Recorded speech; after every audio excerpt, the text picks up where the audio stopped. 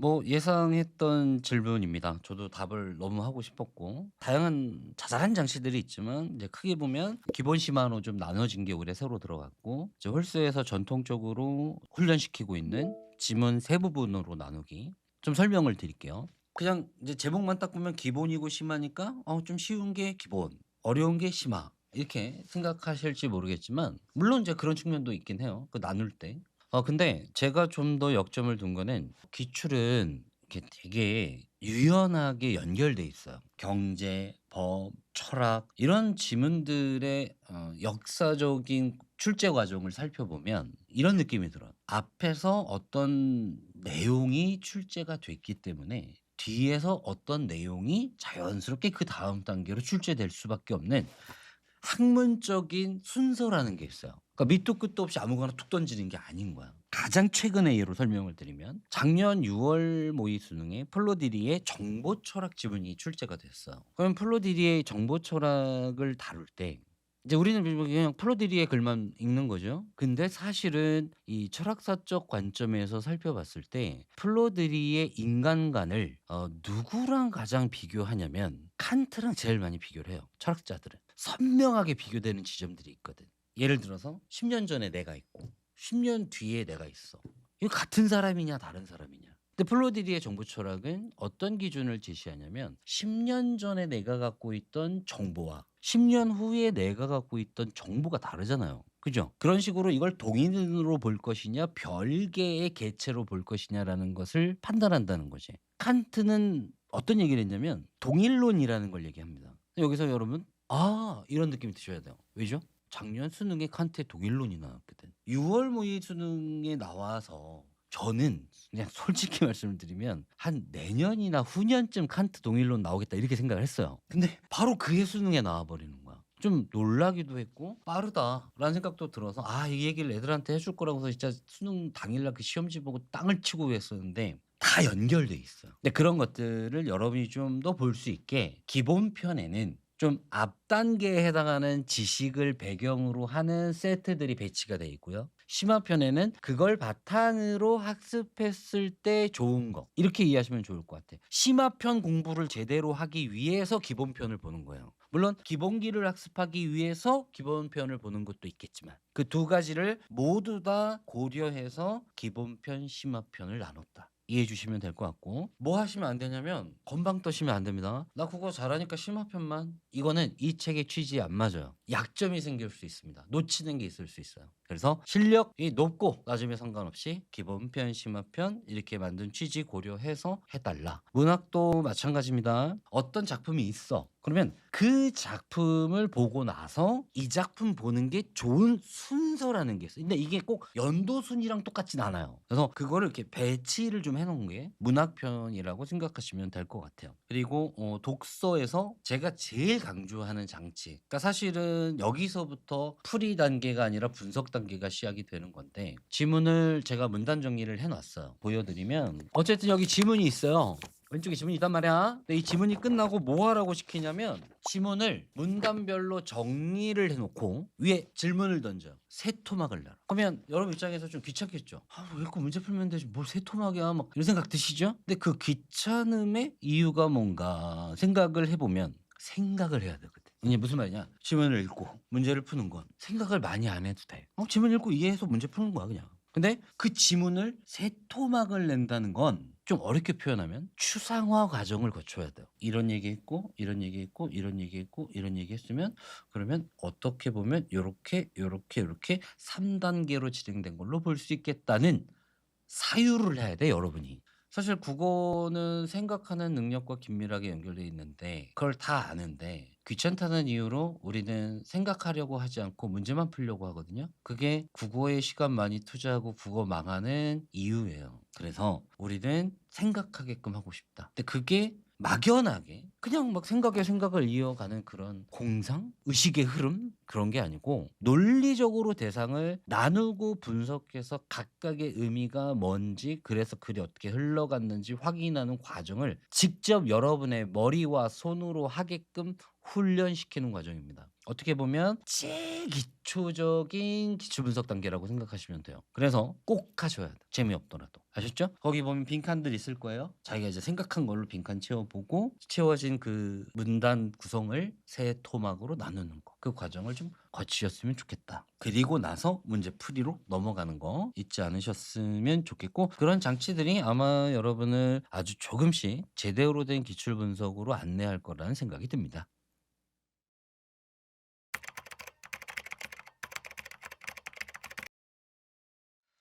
우리가 앞에서는 좀 이렇게 막연하게 얘기했다면 이제 질문이 진행될수록 이제 좀 구체적으로 얘기하고 있는데, 문학은 독서는 그러면 어떻게 기출 분석하는 게 맞냐? 풀이 말고 분석 얘기하는 거예요, 이제. 문학은요. 문제가 있고 지문이 있으면 문학 기출 분석한다고 해서 시나 소설을 붙잡고 있는 건 그렇게 좋은 방식은 아니에요. 문학은 철저하게 문제 중심으로 기출 분석을 하셔야 돼. 여러분이 현대시 기출 분석한다고 시 보고 있으면 뭐 시가 갑자기 달리 보이나요? 똑같지. 철저하게 문제 위주로, 선지 위주로. 그래서 선지와 관련해서는 일단 왜 맞고 왜 틀렸는지, 물론 1단계 하면서 충분히 점검을 하겠지만 분석의 과정에서 어떤 과정을 거치셔야 되냐면, 조금 어렵게 설명을 드리면 얘네들을 추상화시키는 과정을 해야 돼요. 추상화시키는 게 뭐예요? 이게 궁금한 학생들은 독기본서 1강 들으시면 됩니다. 거기 설명할 건데, 그냥 결론만 말씀드리면 공통점 찾기가 추상화예요. 수많은 문제들 중에, 문학 문제들 중에 적절한 선지들이 있을 거 아니야. 그러면 그 적절한 선지들을 계속 보다 보면 적절한 선지들의 공통점이 도출이 돼요. 아, 이런 게 적절한 거구나. 그러면 적절하지 않은 선지들도 공통점이 있을 거 아니야. 그러면 그게 학습이 되고 분석이 이루어지면 수능날 어떻게 될까? 선지 딱 보면 시는 조금 이해가 안 되고 있지만 이건 적절한 거야. 그러니까 바로 보여요. 이건 적절하지 않은 건데 바로 보인다 이거지. 물론 주어진 시에 대한 이해도가 좀 낮을 수는 있어요. 근데 제가 훈련도감 수업 때 누누이 강조한 것처럼 문학 작품을 잘 읽고 문제를 풀겠다고 생각하면 수능날 그냥 무너지는 거야. 이해가 안 되는 순간 박살나는 거야. 근데 우리는 뭐 좀 이해 안 되면 어때? 답 결정은 충분히 할 수 있어. 그것도 빨리. 그걸 하기 위해서 문학 기출 분석할 땐 선지의 적절성과 적절하지 않음에 대해서 분류하고 공통점을 도출해내는 과정. 아, 이렇게 말하면 적절한 거구나. 저렇게 떠들어대면 이건 말도 안 되는 황당한 얘기라서 적절하지 않은 거구나. 라는 인식이 만들어지는 과정이라고 생각하시면 됩니다.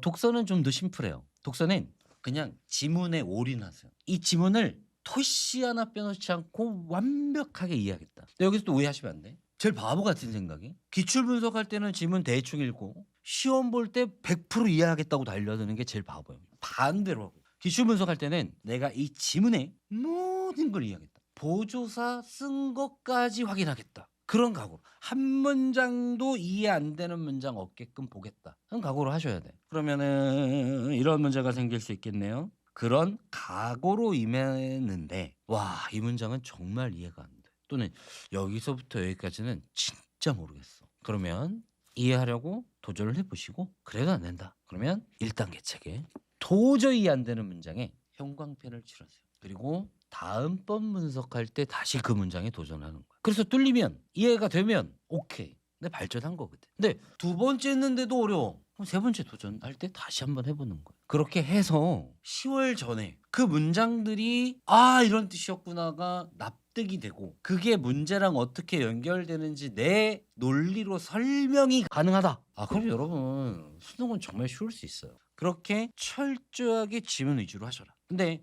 그럼 뭐 독서는 문제는 필요 없느냐? 그거 아니고요. 문제와 관련해서 해야 될 게 두 개가 있습니다. 기출 분석할 때. 첫 번째는 추론이에요. 선지에 어떤 내용이 있는데 그게 적절하대. 근데 지문을 아무리 뜯어봐도 그런 말을 구체적으로 한 적이 없어. 그럼 이거 뭐예요? 지문에 있는 내용으로 보아 미루어 알 수 있다는 거예요. 뭐죠 이게? 추론.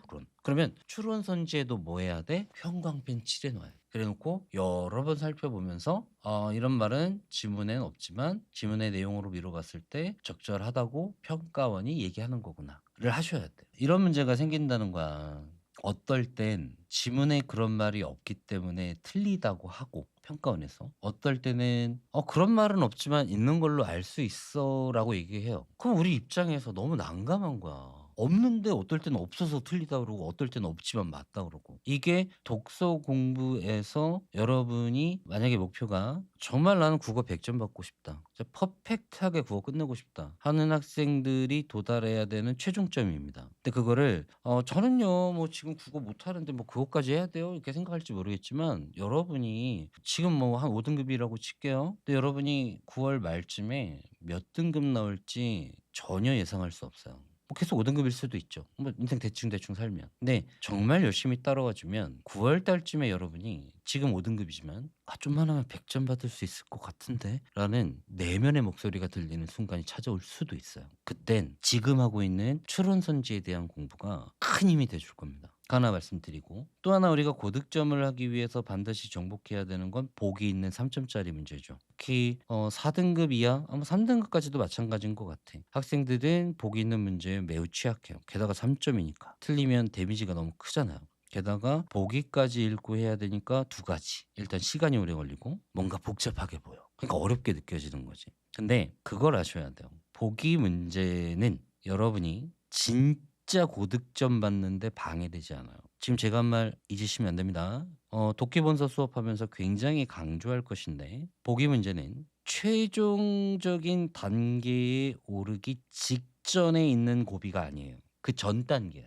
최종 단계에서는 앞에서 설명드린 2 점짜리 추론 문제가 기다리고 있는 거고요. 보기는 그거보다 쉬워요. 할 수 있어. 그래서 문학 보기도 꼼꼼하게 분석을 하셔야 되지만 독서에서 보기 문제가 나오면 지금 분석 단계에서는 아예 시간을 신경을 꺼 버리세요. 그 보기와 지문을 완벽하게 연결해 보는 겁니다. 그래 놓고 어떤 경로로 사고하기를 원했는가. 좀 더 정확하게 설명드리면 이거죠. 지문을 어떻게 읽어내기를 바란 거야 지금 출제자가. 이 지문의 내용을 이런 식으로 이해하길 바란 거지. 그래서 그 방식을 구현을 보기로 한 거야. 그러니까 어떤 애는 보기를 딱 보는 순간 답이 바로 보여요. 왜? 보기에서 물어볼 거를 지문 읽을 때 이미 파악을 해 버렸거든. 그러니까 보기를 보는 순간 '뭐지?' 쉽게 나오는 거예요. 근데 아직 공부가 미진하고 또 공부를 제대로 시작하지 않았고 이런 보기에 대한 이해가 부족한 학생들은 그냥 겁부터 먹으니까 사고가 멈춰 버리거든. 보기 문제는 따로 집중 분석할 필요가 있습니다. 일단은 분석 단계에서 보기 문제는 진짜 꼼꼼하게 분석해 본다. 그런 생각 갖고 독서, 문학 일단 기출 분석해 주시면 될 것 같아요.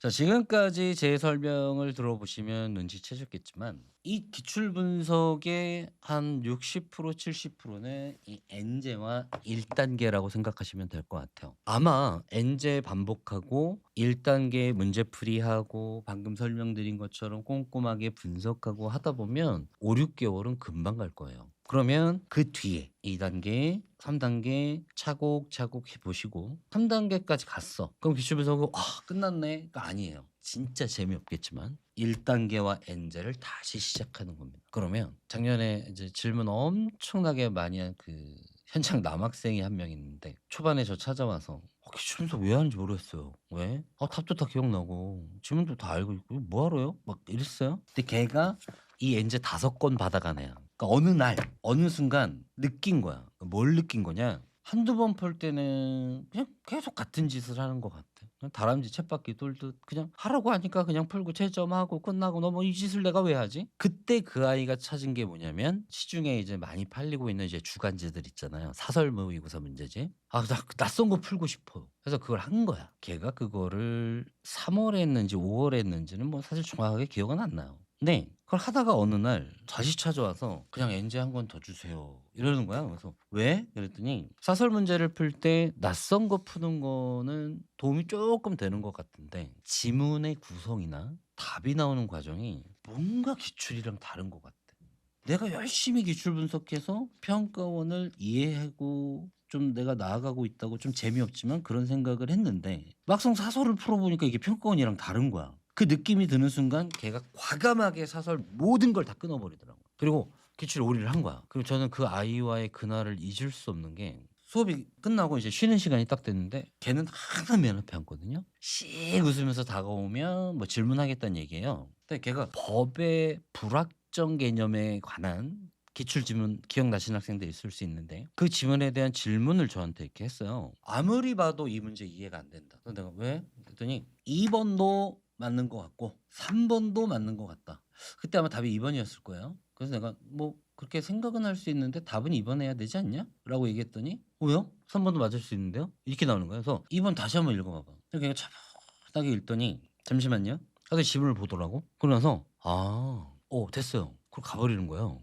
얘는 그날 엄청난 깨달음을 얻은 거야. 그러니까 이게 뭐냐면 우리 수업 시간에도 다룰 건데 그 문제는 가장 적절한 걸 고르라는 문제였어요. 보기가 좀 복잡하게 나와 있었고 2번도 그럴싸하고 3번도 그럴싸했는데 가장 적절을 물어본 거라고 그랬죠. 제가 그 아이한테 수업 시간에 또 기출 분석하는 과정에서 누누이 얘기했던 건 가장 적절한 걸 물어보면 중요한 내용을 답으로 1차적으로 생각해야 된다. 근데 얘는 그걸 까먹었던 거야 순간. 그러다가 다시 해당하는 부분을 읽어보니까 뭐가 중요한 건지가 파악이 된 거야. 그 눈으로 2번 선지를 보고 3번 선지를 봤더니 3번 선지는 진짜 지엽적으로 황당한 얘기인 거고 2번이 주제를 얘기하는 건 거야. 그러니까 그 순간 걔 깨달은 거지.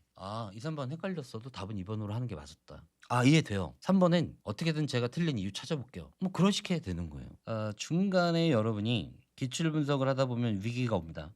재미없어. 뭐 했던 거 또 해야 돼. 뭐 이런 어떤 고민들 생길 수 있는데 그럴 땐 그냥 사설 한번 풀어보세요. 풀어보고 빨리 기출로 돌아오시면 됩니다. 제일 안타까운 건 1년 내내 사설 문제만 푸는 애들이 있어. 뭐 주간지, 뭐 일간지 이런 이름으로. 근데 뭐 그럴 수 있죠. 우리 학교 선배가 무슨 주간지를 풀었어. 그래서 국어 100점 받고 뭐 예를 들어서 서울대 의대를 간 거야. 그럼 나도 그거 해야지. 라는 생각이 드는 거는 어쩔 수 없죠. 근데 그 아이가 그 서울대 의대 간 아이가 그 주간지 풀어서 서울대 의대 갔을까요? 원래 서울대 의대 갈 실력이 됐을까요? 전 후자일 거라고 봐요. 그 아이는 평가원의 논리에 대한 완벽한 이해가 갖춰졌던 거야. 작년 같은 수능에서 100점 받고 서울대 의대 가는 거지. 근데 1년 내내 사설만 푼 아이들. 수능날 몇 점 받을지 장담할 수 없어요. 제가 특히 걱정인 건 그런 주간지나 어떤 일간지나 이런 어떤 사설 모의고사 컨텐츠가 저는 이제 1월 달에 기출 위주로 학생들에게 공부하라고 얘기를 하니까 저는 그런 걸 안 하는데 주로 판매가 1, 2월에 집중적으로 이루어집니다. 매출도 어마어마하대요. 들어보면. 뭐 저도 할 수 있죠. 만들 수 있는데 안 만드는 이유가 뭐냐면 1, 2월 달에 사설 모의고사 보면서 공부하면요. 여러분 머릿속에 오류 또는 오개념 또는 왜곡된 이 국어에 대한 이해 같은 게 생겨요. 그러니까 답이 나오는 몇 가지 안 되는 매우 논리적이고 심플한 사고 과정이라는 게 평가원에는 있는데 사설은 그 과정이 너무 난삽해. 안 해도 될 생각까지 해야 답이 겨우 납득돼. 안 되는 경우도 많고. 이 작품을 읽었을 때 굳이 그걸 파악 안 해도 되는데 그걸 문제화 시켜. 왜 그래야 되지? 라는 생각이 저는 들어요. 오히려 방해됩니다. 특히 1, 2, 3월 달엔 개념 강의, 기출 분석. 이 두 가지만 집중적으로 하시고 저희 책 기준으로 N제 그리고 1단계만 집중적으로 하셨으면 좋겠어요. 그리고 나서 나 좀 기초 다져진 것 같다. 그러면 2단계 한 것 같은데 결과가 좀 나빠. 그럼 N제 한번 다시. 한 것 같아. 다시 3단계. 이런 식으로 계속 다듬어야 돼. 그러니까 여러분이 굉장히 좋은 그래프로 우상향하는 실력 향상을 기대하시면 안 되고 올라갔다가 좀 떨어지는 느낌 들다가 올라갔다가 떨어지는 느낌 들다. 이 떨어지는 느낌 들 때쯤 엔제를 하시거나 1단계를 다시 하는 거예요. 1단계 하고 2단계 하고 3단계 하고가 아니라 1단계 했어. 2단계 해. 안 되는 것 같아. 뭔가 부족한 것 같아. 다시 1단계. 3단계 했어. 근데 뭔가 부족한 것 같아. 다시 1단계. 그러면 여러분 생각해 보세요. 이 1단계 책이 10월 달쯤 됐을 때 얼마나 너덜너덜해져야 돼.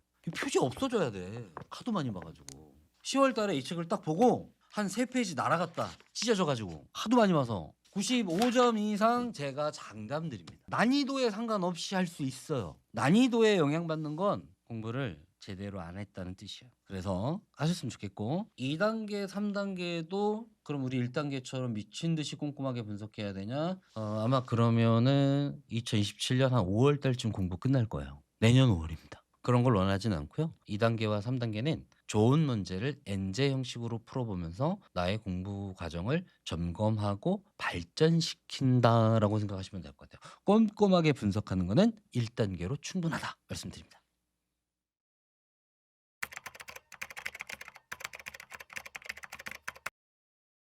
많은 질문이 나오죠. 뭐 고민도 많이 하실 것 같고 제가 이제 작년 말이네요 이제 벌써. 작년 말에 좀 의욕을 갖고 기존에 없었던 텍스트라는 강의를 찍었어요. 뭐 제목에서 이미 여러분이 느낌을 진하게 받겠지만 이 우리가 텍스트를 어떻게 읽어야 되는지 어떻게 이해해야 되는지는 우리 공부의 가장 기초적인 단계입니다. 이 기출 분석을 하는 과정에서 여기에도 텍스트 내용들이 들어가 있을 거 아니에요. 뭐 지문이 있고 문학 작품이 있으니까. 근데 내가 기본적인 텍스트 보는 눈도 없는데 기출 분석을 할 수 있을까요? 뭐 이런 고민할 수 있어요. 그러면 본인의 수준을 크게 3개로 한번 나눠 보셨으면 좋겠습니다. 나는 정말 아무것도 모른다. 0단계. 그래도 국어 공부를 해서 조금은 알 것 같은데 여전히 내 머릿속에 모르는 것들이 좀 있는 것 같다. 그러면 1단계.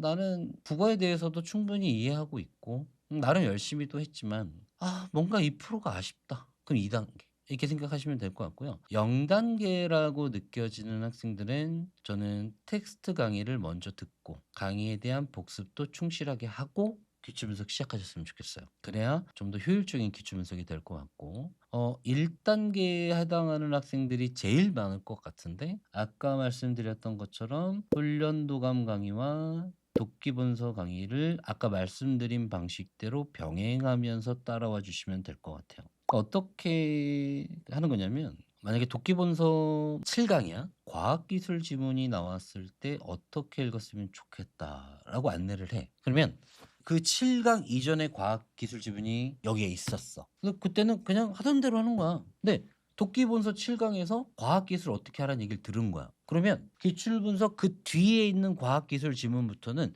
수업 시간에 배운 걸 적용하는 거지. 이해되시죠? 철학 지문의 특징은 이런 거야. 내가 알려드렸어. 그러면 그 얘기를 듣고 나서부터는 적용하는 거야. 그러면 쌤, 내용이 만약에 철학이 10개가 있는데 5개는 아무것도 모르고 했다가 독기본서 듣고 철학 이렇게 하는 거구나라는 걸 알았어. 그래서 6번째부터는 배운 대로 했어. 그럼 앞에 5개는 어떻게 하나요? 끝나고 다시 배운 대로 또 하는 거예요. 무한히 봐야 돼, 무한히. 처음에는 실력껏 보다가 수업 시간에 뭔가 배우면 그거를 그 다음번에 하는 기출 분석에 한 단계씩 적용해 가는 거예요. 이해되시죠? 그런 단계로 따라와 주시면 좋을 것 같다. 그리고 우리 좀 이제 앞서 나가는 고1이들 뭐 이미 고2인데 훈련도가 완강했다. 제 현강 애들 중엔 고2 때 이미 훈련도감 다 들었다. 이런 애들도 있어요. 뭐 도끼본서 듣고 뭐 구지연마도 들었어요. 뭐 이런 아이들도 있더라고요. 빨리 하고 싶어서 뭐 그런 마음 다 이해하는데 이왕 여러분이 고1 또는 고2다 또는 고1이 동생이 있다. 뭐 그럴 수 있는데 그런 친구들한테는 물론 기출 분석을 바로 시작하는 것도 좋고 뭐 훈련도감도 좋고 다 좋아요. 뭐 많이 할수록 저는 이제 매출이 늘고 도서출판 홀수의 재정이 이제 탄탄해지는 거니까 저는 좋죠. 근데 만약에 동생이 있다. 근데 올해 고2다. 수학과 타면 잘하는데 국어를 너무 못한다 해서 형으로서, 누나로서, 언니로서, 오빠로서 국어 공부를 이런 거를 하게 했으면 좋겠다라는 생각이 혹시 든다면 제 강의를 훈련도감, 독기본서 이런 거를 듣게 하는 것도 좋겠지만 텍스트 강의 있죠. 그거를 일단은 무조건 듣게 해주세요.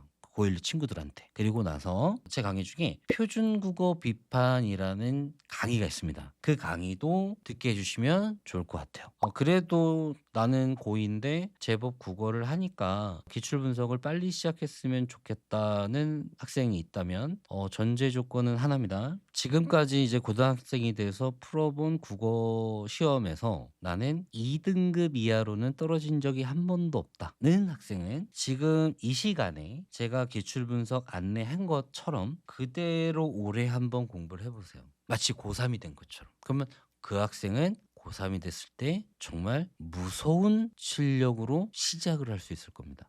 그 정도 수준은 난 아닌 것 같다. 그러면 텍스트 강의 들으시고 오히려 뭐를 좀 더 하셨으면 좋겠냐면 문법 공부랑 고전 시가 공부를 2학년 때 끝내 놓겠다라고 생각하시는 게 따라와 주시는 데 좋을 것 같아요. 문법 같은 경우에는 GTR 강의를 좀 들으시고 고전 시가 같은 경우에는 홀수에서 고전을 면하다가 있거든요. 그 책과 강의를 1년 동안 완전히 마스터한다. 고2 때. 그리고 고3이 돼서 저를 만나면 모든 게 수월할 거예요. 좀 그런 학생과 많이 만났으면 좋겠다는 욕심도 들어서 한번 얘기해 봤습니다. 그렇게 하시면 될 것 같아요. 뭐 이런저런 질문에 좀 답변을 드렸는데 당연히 충분한 답변이 되었을 거라고 생각 안 합니다.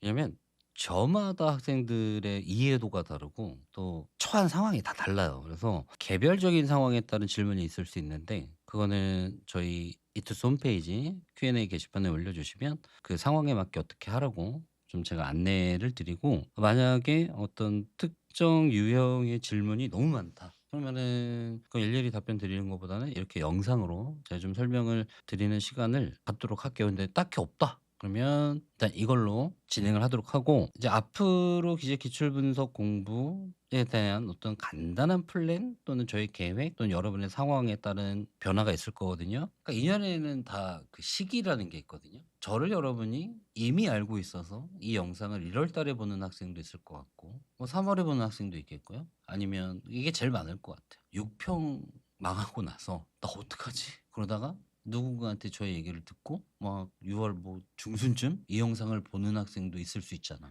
근데 6월 중순인데 막 책 7권 풀래. 수능 얼마 안 남았는데. 그때는 그에 맞는 방법이 있겠죠. 이 책을 활용하는 방식이. 일단은 하나는 약속을 드릴게요. 6평 이후에 6평까지 고려해서 그 이후의 기출 분석은 이렇게 쓰면 좋겠다라는 영상을 이렇게 설명드리는 시간을 따로 갖도록 그건 약속을 드릴게요. 날짜까지는 지금은 모르겠어요. 만약에 이 영상을 본인이 3월에 봤다. 그러면 그냥 1월에 본 거라고 생각하고 쭉 따라오시면 돼요. 3월 하나도 안 넣습니다. 4월은 뭐 중간고사 준비 및 이런저런 이유로 여러분들 바쁘실 것 같고 5월은 6월 모의 수능 대비해야 되는 거니까 좀 급할 것 같고 그러면은 6평 이후에 또 한 번 우리가 기출 분석을 진하게 할 시간이 올 수 있을 것 같으니 그때 한번 기출 분석 6평 이후 어떻게 해야 하는지 아마 좀 더 6평까지 고려한 기출 분석 얘기를 할 거니까 오늘 이 영상보다는 훨씬 더 심도 있게 진행되지 않을까라는 생각이 들어요. 그렇게 하나 말씀드리고 또 오늘 이제 제 얘기를 듣다 보면 그런 궁금증 생길 수 있습니다. 기출 분석 중요한 거 알겠고 그래서 오늘 얘기 들어보니까 대충 어떻게 하는지도 알겠고 일단 시작은 할 건데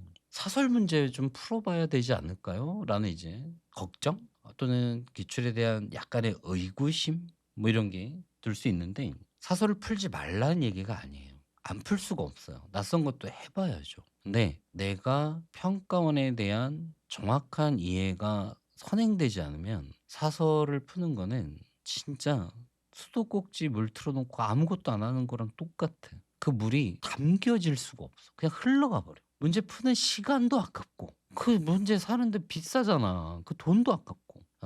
이렇게 해 주세요. 1 월, 2 월에는 그냥 기출에 미쳐서 사세요. 3 월부터 EBS 좀 신경 쓰셔야죠. 그때까지는 사설은 손대지 마라 말씀을 드리고 또 사설을 봐야 되는 거는 6평 직전에 5월 달에 시간 관리를 해야 되는 거니까 파이널 때 또 사설 문제 풀어 봐야죠. 구주연마에서 충분히 풀어 보실 수 있게 준비할 거니까 사설은 아예 없다 이렇게 생각하지 마시고 필요할 때 그 시기에 맞게 적당한 분량만 하시면 돼요. 제가 이익을 조금 더 보겠다고 여러분에게 무리하게 사설을 이렇게 하게 하고 싶진 않아요. 그 의미가 없어요. 그 부분 좀 잘 따라 주셨으면 좋겠다 말씀을 드리고 솔직히 이투스로 오고 나서 좀 뭐라 그럴까 어색했어요. 제가 있던 곳도 아니고 늘 멀리서 바라보던 곳이었잖아요 이투스는. 남의 옷을 입고 있는 듯한 느낌? 그런 느낌이 들어서 이투스 오늘 옷을 좀 이렇게 입고 하니까 훨씬 '아 내가 이투스의 국어강사구나.' 뭐 이런 느낌도 좀 강하게 드는데 저는 여러분에게 수능 기출이라는 옷을 하나 입혀 드리고 싶은 거예요. 근데 그게 막 그 아빠 옷 입은 것 같은 느낌이 아니라 딱 여러분에 맞는 맞춤 정장의 수능 기출 을 분석한 능력이라는 옷. 그 옷을 입고 수능 보러 가시면 모든 게 편안할 겁니다. 라는 차원으로 오늘 이렇게 시간을 가졌고요. 좀 여러분에게 도움 되셨으면 좋겠고 당분간은 저는 좀 강의에 집중할 예정입니다. 강의 좀 잘 따라와 주시고 또 그냥 느낌은 되게 좋아요. 작년보다 올해 이렇게 따라와 주는 수험생들의 적극성이 올해는 좀 뭔가 훨씬 더 좋은 결과 낼 수 있을 것 같다 해서 제가 신년부터 지금 굉장히 기분도 좋고 강의 촬영할 때 집중도 잘 되고 준비도 잘 되고 뭐 저는 솔직히 지금 다 좋거든요. 여러분이 언제 저를 만나실지는 잘 모르겠지만 그 시기가 조금만이라도 좀 빨라졌으면 좋겠고 그게 여러분의 올해 수능 결과에 좀 좋은 영향을 끼쳤으면 좋겠다 말씀드리면서 마무리 짓도록 하겠습니다. 감사합니다.